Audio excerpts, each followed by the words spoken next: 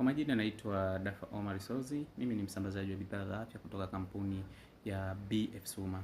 Leo kuna kitu fulani nahitaji tukizungumzie na tuelewe nini maana ya network market, kwa sababu biashara za network market sasa hivi ndio biashara ambazo zinakuja kwa kasi zaidi. Hapa ningependa kuzungumzia kitu ambacho kila mtu inabidi anielewe kwa kina zaidi.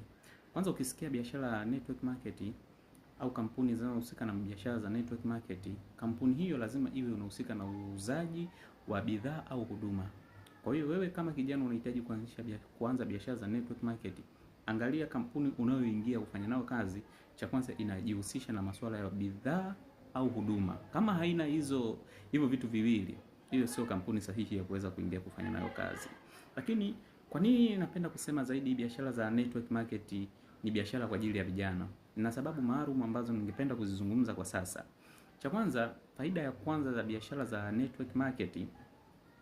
Biashara ya network market una uwezo wa kuifanya hata kwa muda wako wa ziada. Biashara ya network market una uwezo wa kuifanya hata kwa muda wako wa ziada. Ukiwa umeajiriwa una uwezo wa kuifanya hii biashara kwa muda wako wa ziada. Ukiwa mama wa nyumbani una uwezo wa kuifanya hii biashara kwa muda wako wa ziada. Ukiwa mwanafunzi uko chuoni una uwezo wa kuifanya hii biashara kwa muda wako wa ziada na hauathiri masomo yako ya kila siku. Kwa hiyo ndio maana napenda kusema hii biashara ni biashara ya vijana. Lakini sababu nyingine ambayo inanifanya hii biashara na napenda kuifagilia zaidi katika vijana, unajua katika kizazi chetu cha sasa hivi ndipo kipindi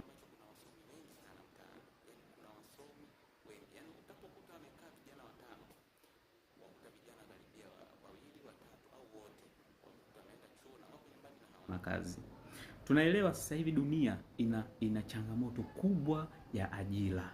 Dunia ina changamoto kubwa ya ajira. Ndio maana unakuta mtaani kuna vijana wengi ambao hawana ajira.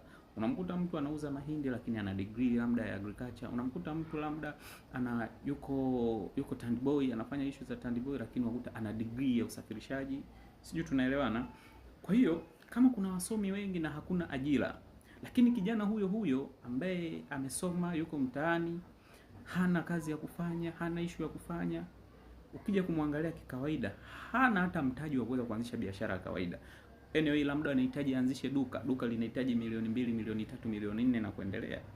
Kwa hali ya kawaida, kiangalia hali ya uchumi ya familia, hamna mtu ambaye ana uwezo wa kumpatia fedha na kuanza biashara.